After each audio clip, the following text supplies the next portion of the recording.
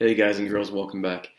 Today we're looking at some grammar patterns. So in English, it's quite important to learn tenses, learn grammar, why we use certain tenses, right?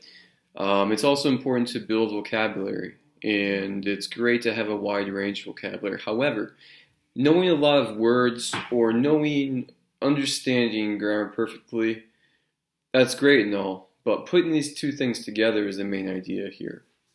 So if you look below, we have a PDF file, which has many phrases using auxiliary verbs like to be, am, is, are, do, does, and so on.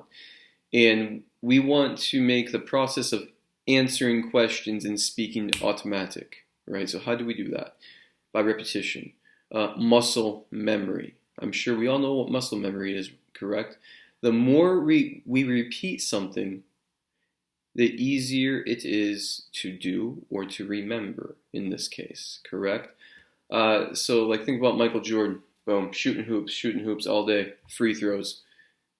Why is he the greatest of all time? Why is he the GOAT? Because of muscle memory. He has perfected that. So your task for this whole week is going to be repeating these phrases again and again and again, maybe 20 times or so. Just get into the habit of repeating them, and it should work. The older we get, the more natural it is to learn by repetition, I think. The younger we are, it's much easier just to absorb new information, all the sounds around you.